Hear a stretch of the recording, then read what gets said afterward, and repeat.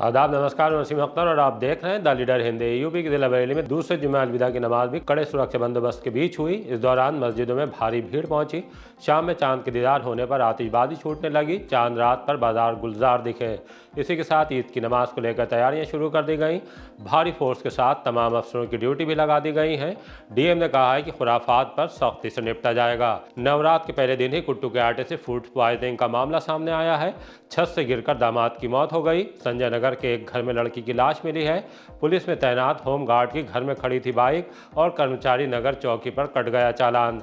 योगी सरकार के 9 साल पूरे होने पर राजकीय इंटर कॉलेज के स्मार्ट सिटी ऑडिटोरियम में खास समारोह का आयोजन किया गया। एहतिकाफ में बैठने वाले नौजवान को बतौर इनाम स्कूटी और मोबाइल से नवाजा गया। खबरें और भी हैं, आइए सभी से आपको रूबरू कराते हैं। ईद पर भारी फोर्स के साथ तैनात किए गए अफसर। एक माह बाद रमज़ान रुखसत हो गया। 5 जुमे आने के सबब जुमातुल विदा की नमाज 2 मरतबा अदा की गई। आखिरी जुमे पर भारी भीड़ मस्जिदों में दिखाई दी। फोर्स की मौजूदगी में अमन के साथ नमाज अदा हुई। इस दौरान खुतबे में इमाम हजरात ने रमज़ान की अहमियत के साथ ईद को लेकर भी बयान किया। रोज़े नमाज और दूसरी तमाम इबादत कबूल होने के लिए दुआ मांगी गई। मुल्क में खुशहाली, तरक्की, भाईचारा और अमन कायम रहने के लिए नमाजियों ने रब से इल्तिजा की। पहले आपको नमाज का नज़ारा दिखाते हैं, फिर ईद को लेकर बाजार की रंगत दिखाएंगे। मेरा नाम शानी अली। आज रमज़ान करीम का यह आखिरी जुमा तमाम मस्जिदों में अदा हुआ है और इसी को लेकर के हमारे इमाम साहब ने खुसूसन सभी मस्जिदों के आलिमों ने, इमामों ने ये तकरीर करी है कि इस रमज़ान करीम में ये अहद किया गया कि जो रोज़े रखे हैं, जो इबादत करी है, कुरान पाक की तिलावत करी है, तो ख़ास कर इसका ध्यान में रखते हुए कि तमाम गुनाहों से अल्लाह ताला हमें छुटकारा दे और जो भी लोग हैं आइंदा आने वाले दिनों में भी किसी तरीके का गुनाह ना करें। गीबत हो, चुगली हो या किसी का हक मारना। और ख़ास कर ये ध्यान दिया गया कि एक दूसरे की मदद करना, जो ज़रूरतमंद है उनकी मदद की जाए। और कल ईद के दिन भी यही ध्यान रहेगा, जो ज़रूरतमंद लोग हैं पहले उनसे गले मिलकर के, जो गरीब गुरबा हैं, जो ज़रूरतमंद हैं उनसे गले मिलकर उनको ईद की मुबारकबाद पेश करी जाए। जो मुबारक महीना था वो आज हमसे जुदा हो गया। अलविदा का दिन है आज और अफसोस हो रहा है, मगर ईद की खुशियाँ भी हैं। तो सभी देशवासियों को पहली बात हम ईद की तहे दिल से मुबारकबाद देते हैं और सभी लोगों से अपील करते हैं कौमी एकता भाईचारे के साथ ईद मनाएं और एक दूसरे के सहारा बने, सहयोगी बने। यही जो है ईद का एक संदेश भी है। 30 रोजे पूरे होने के साथ ही ईद की तैयारी शुरू कर दी गई। बाजारों में खास रौनक दिखाई दी। राशिद अभी टोपी लिए, चप्पल लिए, माशाल्लाह बहुत अच्छा रहा। सबके होते साथ सभी ने मनाई जी। और अभी भी अपने आप मना ही रहे हैं। हाँ। कल ईद है, कल ईद भी मनाएंगे इंशाल्लाह। तमाम तैयारियां हो रही हैं। कपड़ों का ले रहा है, किसी को चप्पल चाहिए चप्पल ला रहा, टोपी चाहिए टोपी ला रहा। जो भी ज़रूरतमंद चीज़ें हैं वो खरीद रहा है। मेरा नाम सैयद नुमान हुसैन है। रुझान ये देखे रहे कि हर साल की तरह यहाँ पर बरेली में बहुत रौनक रहती है और हम ये दुआ करते हैं अल्लाह ताला किसी की नज़र न लगे सलानी पे। और ये दिन पे दिन रौनक बढ़ती चली जा रही है। यहाँ पर ये ईद का त्यौहार है, ये आपस में प्रेम और मोहब्बत का त्यौहार है और ये हर साल की तरह ईद सलानी पे सबसे ज़्यादा खास रौनक रहती है। बरेली की जान है ये, समझ लीजिए सलानी। मेरा नाम मोहम्मद शाहिद है। को लेकर सब तैयारियां आए, बस टोपी खरीदने आए थे। सब तरीके की टोपी माशाल्लाह अच्छी होती है। जिस टोपी से सिर पे नमाज पढ़ते हैं हम लोग, वो सब अच्छा ही होता है। ईद की नमाज और फिर 3 दिन तक सुरक्षा व्यवस्था कितने टाइट इंतजाम रहेंगे, आइए डीएम अविनाश सिंह से जानते हैं। देखिए, जनपद बरेली में ईद के पर्व को मनाए जाने के उद्देश्य से शांति के साथ, सकुशलता के साथ जिला प्रशासन, पुलिस प्रशासन ने पूरी तैयारियां कर लिया है। हमारे जनपद में अगर देखा जाए तो जो हमारे यहाँ ईदगाह हैं वो कुल 176 हैं और जो मस्जिद हैं वो 1369 हैं। इसमें शहरी क्षेत्र और ग्रामीण क्षेत्र में आप इनको बांट सकते हो। हम लोगों ने इस बार एक प्रयास किया है कि जितनी भी हमारे ज़िले में वरिष्ठ अधिकारी हैं और जिला स्तरीय अधिकारी हैं, सबकी ड्यूटियां हम लोगों ने ईदगाह पर और मस्जिदों पे लगाई रखी है, जिससे कि पूरी शांति के साथ, कुशलता के साथ और किसी भी नमाजी को किसी प्रकार की कोई दिक्कत ना हो और कोई भी अवांछित तत्व किसी प्रकार से माहौल को खराब ना करने पाए। इसलिए एक एक जगह पे लगाकर जिले में जितने भी हमारे वरिष्ठ एडीएम साहबान हैं, जो हमारे एसपी साहबान हैं, यहाँ तक कि सीडीओ और पूरा विकास भवन के अधिकारी भी फील्ड पे उतरे हुए हैं और सभी लोगों की पूरी ड्यूटी लगी हुई है। हमारा कंट्रोल रूम को स्पष्ट निर्देश है कि आज शुक्रवार, शनिवार और इतवार को लगातार 24/7 के हिसाब से वो अधिकारियों को लोकेशन लेकर उनकी कुशलता, जो वहाँ के उसके क्षेत्र की कुशलता के बारे में जानकारी कर रहे हैं। जगह जगह पर चप्पे पे पुलिस लगाई गई है। हम सीसीटीवी कैमरे और ड्रोन के माध्यम से भी निगरानी कर रहे हैं और हम और एसएसपी बरेली खुद निकलकर जो अति संवेदनशील क्षेत्र हैं वहाँ पे निगरानी कर रहे हैं। निश्चित रूप से हम सभी को, अपने जनपद वासियों को ईद की शुभकामनाएं देते हुए सभी से ये अपील करना चाहेंगे कि कहीं किसी प्रकार की कोई अफवाह नहीं फैलनी चाहिए और अगर ऐसा कोई अवांछित तत्व है जो कि इस खुशियों के माहौल को खराब करना चाहता है तो उसकी सूचना तत्काल ही जिला प्रशासन, पुलिस प्रशासन को दें, जिससे कि हम ऐसे लोगों के विरुद्ध कठोरतम कार्रवाई अमल में लाकर उनके खिलाफ कठोर कार्रवाई कर सके। ससुराल में छत से गिरकर दामाद की हो गई मौत। थाना सीबीगंज के इलाके खलीलपुर रोड के पास ससुराल में छत से गिरने से दामाद प्रदीप सिंह की दर्दनाक मौत हो गई। इससे खलबली मच गई। ममता भारती ने बताया कि उनके पति प्रदीप सिंह सेंट्रल दिल्ली के निवासी थे। शाम को ससुराल में खाना खिलाने के बाद उन्हें सोने के लिए छत पर भेज दिया। वो शराब के नशे में थे। इसी दौरान पेशाब करने के लिए छत के किनारे गए और छज्जे से नीचे गिरने के बाद सड़क पर गिरने से वो गंभीर रूप से घायल हो गए। उन्हें परिवार वाले फौरन ही उठाकर अस्पताल ले गए, जहाँ डॉक्टरों ने मृत घोषित कर दिया। प्रदीप सिंह की पहली पत्नी की मौत हो चुकी है, जिससे उनके एक बेटी और बेटा है। ममता भारती की भी ये दूसरी शादी थी, जो पहले पति की मौत के बाद हुई थी। ममता पति आए थे 8 पौने 8 बजे करीब आए थे कल शाम को। तो क्या नाम है, वो पी के बहुत आए थे, बहुत ज्यादा पी के आए थे। तो मैंने कहा कि इतनी पी के मत आना। फोन पे मैंने बोला था, फोन सुबह ही बोल दिया था कि पी के मत आना। तो बोले कि अब ही मजाक कर रहे थे। तो मैंने कहा नहीं, तुम पी के नहीं आए। तो आज तक कभी पी के नहीं आए वो। आज कल जब पी कर आए तो उन्होंने इतना हंगामा किया। फिर मैंने कहा चलो अब तुम सो जाओ, रहने दो और खाना वाना खा लो। उसके मतलब हमारा भाई बोलने लगा खाना वाना खा लो जीजा।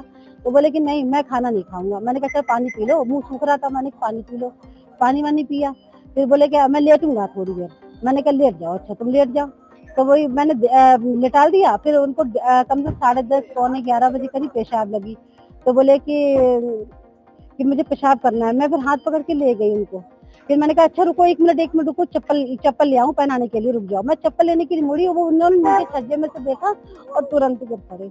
अकेले थे, कोई भी नहीं था साथ में। उसी समय लग रहा था कुछ मतलब नहीं हो रहा कुछ भी, तो खून ही खून हो गया। फिर उनका पता नहीं कोई। फिर हॉस्पिटल लेके गए। फिर ऑटो नहीं मिल रहा था तो हॉस्पिटल लेके गए। 4 जगह दिखाया उनको, चौथी जगह यहाँ लेके आए थे। डॉक्टर ने कहा ईसीजी करा तो वो कह रहे कि कुछ नहीं बताया उनके। लाउड स्पीकर की आवाज मापने कलेक्ट्रेट पहुंची मशीन। ध्वनि प्रदूषण रोकने के लिए अभी तक पुलिस मस्जिद, मंदिर, गुरुद्वारे इत्यादि के लाउड स्पीकर की आवाज का डेसिबल मापने के लिए ऐप का इस्तेमाल करती थी। अब इसके लिए एक मशीन आ गई है। कलेक्ट्रेट में इस मशीन को डीएम अविनाश सिंह को दिखाया गया। कंपनी के प्रतिनिधियों की तरफ से बताया गया कि मशीन डेसिबल मापने के बाद एक रसीद भी जारी करेगी, जिससे संबंधित लाउड स्पीकर जहां की वो लगा है कार्रवाई करना आसान होगा। डीएम ने मशीन के बारे में कंपनियों के प्रतिनिधियों से और भी तमाम तरह की जानकारी ली। फतेहगंज शेरगढ़ मार्ग पर फिसलने से हादसे। खनन माफिया की करतूत से फतेहगंज पश्चिमी से शेरगढ़ जाने वाले मार्ग पर कीचड़ से फिसलन की स्थिति बन गई। उससे कई खतरनाक हादसे सामने आए। एक बाइक सवार 2 लोग तो पिकअप वाहन के नीचे दब गए। उनकी हालत सीरियस है। पुलिस ने दोनों को एम्बुलेंस से अस्पताल भेजा है। कुछ और लोग भी बाइक फिसलने से चोटिल हुए हैं। हादसों का वीडियो भी वायरल हो रहा है। यहाँ खनन वाली ट्रैक्टर ट्रालियों से मिट्टी गिरती रहती है। बारिश होने की वजह से फिसलन हो गई, जिससे हादसे हो रहे हैं। हादसों के दौरान मदद के लिए पहुंचे लोगों ने खनन माफियाओं पर कड़ी कार्रवाई की मांग उठाई है। हार्डवेयर गोदाम से लाखों का सामान चोरी। थाना कैंट के इलाके सदर बाजार में चोर हार्डवेयर कारोबारी प्रशांत प्रत्यवधी के गोदाम में ताले तोड़कर घुसे और लाखों का सामान चोरी करके ले गए हैं। उन्होंने पुलिस के साथ एसएसपी को भी मुकदमा दर्ज कराने के लिए अर्जी दी है। बताया है कि रात 2 बजे के दरमियान चोर उनके गोदाम से सबमर्सिबल मोटर, सादा मोटर, ड्रिल मशीन, लोहे के औजार, कीले, एंगल, कटर मशीन और तार इत्यादि ले गए हैं। थाने में तहरीर देने के बाद अभी तक मुकदमा दर्ज नहीं किया गया है। संजय नगर के घर में मिली युवती की लाश। थाना बारादरी के इलाके संजय नगर के एक घर में युवती की लाश मिली है। पुलिस ने पड़ताल के बाद लाश को पोस्टमार्टम के लिए भेज दिया है। लड़की के पिता वेदराम का कहना है उनकी बेटी से शादी का झांसा देकर बदायूं में रहने वाले रुपेश जाटव ने संबंध बनाए और उसके बाद वो शादी से इनकार करता रहा। पुलिस का कहना है कि पोस्टमार्टम रिपोर्ट सामने आने के बाद इस मामले में आगे कार्रवाई की जाएगी। कुट्टू के आटे से 6 लोगों की हालत बिगड़ी। नवरात्र पर मिलावटखोरी का बड़ा मामला सामने आया है। नवरात्र पर व्रत रखने वाले लोगों को मिलावटी और दूषित कुट्टू का आटा बेच दिया गया। इससे बनी कचौड़ी खाने से 6 लोग फूड पॉइजनिंग का शिकार हो गए। ये सभी थाना सुभाष नगर की गंगानगर कॉलोनी के रहने वाले हैं। 42 वर्षीय भगवान दास पुत्र हेमराज ने पड़ोसी प्रेमपाल की किराने की दुकान से कुट्टू का आटा खरीदा था। परिवार के सदस्यों ने कचौड़ी और आलू की सब्जी बनाई और उसका सेवन किया। खाने के लगभग 1.5 घंटे बाद भगवान दास, उनकी पत्नी अखिलेशा, बेटे हिमांशु वीर, पुत्री अनुष्का, भतीजे सुखदीप की हालत बिगड़ने लगी। सभी को इलाज के लिए जिला अस्पताल ले आया गया। डॉक्टर ने बताया कि सभी का उपचार जारी है। उन्हें अलग अलग वार्डों में रखा गया है। मामला संज्ञान में आने के बाद एफएसडीए की टीम गंगानगर कॉलोनी में पहुंच गई। वहां छापा मारने के बाद मैसर्स प्रेमपाल किराना स्टोर से कुट्टू के आटे का नमूना भरा। निरीक्षण करने पर कुट्टू के आटा के वहां 2 पैकेट मिले हैं। अखिलेशा गंगानगर कॉलोनी बनाई रोड कुट्टी का आटा लाए, उसकी कचौड़ी बनाई। कचौड़ी बना के हम लोगों ने खाई। फिर 1-2 घंटे बाद तबीयत खराब हो गई। 5 लोगों की कुट्टी का आटा दुकान से परचूनी प्रेमपाल। अनुष्का, कल हमने कचौड़ी खाई थी इसीलिए हमारी तबीयत खराब हो गई। कुट्टी के आटा की 5 लोगों, मैं, मेरी मम्मी और 2 मेरे भाई और पापा। परचूनी की दुकान है प्रेमपाल। होमगार्ड की बाइक घर पर, कर्मचारी नगर में कटा चालान। पुलिस कार्रवाई से बचने के लिए वाहन चालक नंबर प्लेट में हेरफेर खूब कर रहे हैं। इस बार पुलिस विभाग में तैनात एक होमगार्ड ही खुराफातियों का निशाना बन गए। फतेहगंज पश्चिमी इलाके के मेवापट्टी निवासी मुकेश कुमार होमगार्ड के पद पर कार्यरत हैं और वर्तमान में जिला अस्पताल चौकी पर उनकी ड्यूटी है। उन्होंने बताया कि 14 मार्च को उनकी Splendor motorcycle number UB 25 CM 7526 खराब हो गई थी, जिसके चलते मोटरसाइकिल घर पर ही छोड़ आए। मोटरसाइकिल 14 मार्च से घर पर खड़ी है। इसके बावजूद 15 मार्च को थाना इज्जत नगर की कर्मचारी नगर चौकी इंचार्ज पवन कुमार ने उसका चालान कर दिया। जब चालान की फोटो देखी तो उसमें कोई दूसरी मोटरसाइकिल दिखाई दी जिस पर 2 व्यक्ति सवार थे। मतलब ये कि कोई और होमगार्ड की बाइक की नंबर प्लेट लगाकर घूम रहा है। हमारा नाम कुमार है। गाड़ी मेरी 14 तारीख को खराब हो गई थी। हम गाड़ी घर खड़ी करके आए हैं और जब वो 15 तारीख को जो है चालान हुआ है उसका, और जब वो मैंने इसका मैसेज देखा है तो मैसेज देखने पर जो है हमें जानकारी हुई है कि गाड़ी घर खड़ी है, चालान कैसे हो गया है। तो जो इज्जतनगर गए तो इज्जतनगर दरोगा जी से बात हुई है तो दरोगा जी ने कही कि जो ऐसे बात है कि गाड़ी आपकी जो आप अपने फोटो गाड़ी का भेजो। तो मैंने अपनी गाड़ी का फोटो भेजा तो उसमें जो उस गाड़ी से हमारा मिसमैच आ रहा है। तो गाड़ी वो आपकी इसका चालान करा है, वो दूसरी है गाड़ी दूसरी है। गाड़ी दूसरी है। आप कहाँ तैनात, कहाँ पे ड्यूटी कर? जिला अस्पताल पे तैनात है। योगी सरकार के 9 साल गिनाई उपलब्धियां। प्रदेश सरकार के 9 साल पूरे होने पर नवनिर्माण के 9 वर्ष कार्यक्रम का आयोजन राजकीय इंटर कॉलेज स्थित ऑडिटोरियम में किया गया। कार्यक्रम में पशुधन एवं दुग्ध विकास मंत्री धर्मपाल सिंह, जनप्रतिनिधि और अधिकारी मौजूद रहे। इस मौके पर किसने क्या कहा, आइए आपको सुनवाते हैं। संकल्प से सिद्धि और समृद्धि। उत्तर प्रदेश के 9 वर्ष के काम पूरे हो रहे समय, इन 9 वर्ष में उत्तर प्रदेश ने विकास की बहुत ऊंचाइयां छुई हैं। माननीय योगी सरकार की 2 प्राथमिकताएं हैं। नंबर 1 विकास, नंबर 2 सुरक्षा। विकास उत्तर प्रदेश का चौमुखी विकास है।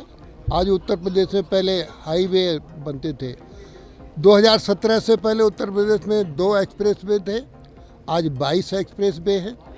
2017 से पहले उत्तर प्रदेश की GSDP 13 लाख करोड़ थी, आज 36 लाख करोड़ है। और इस तरीके से उत्तर प्रदेश में हमने एयरवेज, रेलवेज, रोडवेज तीनों दिशाओं में चौमुखी विकास करने का काम किया है। और आज स्वास्थ्य, शिक्षा, सुरक्षा, इनमें भी बहुत बड़ा परिवर्तन आया है। दूसरा, उत्तर प्रदेश को बीमारू राज्य कहा जाता था, आज उत्तर प्रदेश विकास की गति में बहुत आगे बढ़ रहा है। मोदी जी के सपनों का उत्तर प्रदेश बने। उत्तर प्रदेश के मुख्यमंत्री योगी आदित्यनाथ जी पूरी टीम के साथ पूरा काम कर रहे हैं। आज उत्तर प्रदेश में स्वास्थ्य, शिक्षा, सुरक्षा पर पूरा काम हो रहा है। कानून व्यवस्था उत्तर प्रदेश की सर्वोत्तम है। आज उत्तर प्रदेश का दूसरे प्रदेश के लोग अनुकरण कर रहे हैं, सीख रहे हैं और प्रेरणा भी ले रहे हैं। ये उत्तर प्रदेश की विकास गाथा है और इसको और आगे बढ़ाने के लिए हम काम कर रहे हैं। एहतिकाफ में बैठने पर मिली स्कूटी और मोबाइल। रमज़ान के आखिरी अशरे में मस्जिदों में एहतिकाफ होता है। इसमें सपा नेत्री फरदाना कुरैशी के बेटे अब्बास कुरैशी ने भी हिस्सा लिया। एहतिकाफ में बैठकर इबादत की। एहतिकाफ ख़त्म होने पर उनके घर में इफ्तार का आयोजन किया गया। इसमें एहतिकाफ करने वाले तमाम दूसरे लोगों को बुलाकर उनका इस्तकबाल किया गया। अब्बास कुरैशी को फूलों और नोटों के हार पहनाए गए। एक स्कूटी और मोबाइल भी उन्हें तोहफे में मिला। डबल मर्डर के बाद रैपुरा पहुंचे अब्दुल्ला मियां। रैपुरा चौधरी में सनसनीखेज दौरे कत्ल पर अफसोस का इजहार करने के लिए आला हज़रत वेलफेयर ट्रस्ट URSC के राष्ट्रीय अध्यक्ष मौलाना अब्दुल्ला रज़ा कादरी अपनी टीम के साथ पहुंचे। साइमा के वालिद से मिलकर उन्हें हर मुमकिन मदद का भरोसा दिलाया। कहा कि दुख की इस घड़ी में उनके साथ खड़े हैं। मरहूमीन के लिए उन्होंने दुआ भी की। बस गड्ढे में उतरी, टल गया बड़ा हादसा। फतेहगंज पश्चिमी में एक बस अनियंत्रित होकर सड़क किनारे गड्ढे में उतर गई। ये हादसा धनेटा शाही रोड पर ग्राम भिटौरी नगला के पास करीब दोपहर 12 बजे का है। पिकअप गाड़ी को बचाने के प्रयास में बस अनियंत्रित होकर सड़क किनारे गड्ढे में चली गई। सूचना मिलने पर पुलिस पहुंच गई। बस चालक जाहिद निवासी कस्बा आंवला ने बताया कि गनीमत रही कि किसी भी यात्री को चोट नहीं आई। सभी घबरा जरूर गए थे। इसी तरह की ताज़ा अपडेट जानने के लिए देखते रहिए द लीडर हिंदी। विदा लेने से पहले हमारी आपसे गुजारिश है कि हमारी रिपोर्टिंग पसंद आ रही है तो खबरों को शेयर कीजिए और हमारे चैनल को सब्सक्राइब करके हमारा हौसला ज़रूर बढ़ाइए।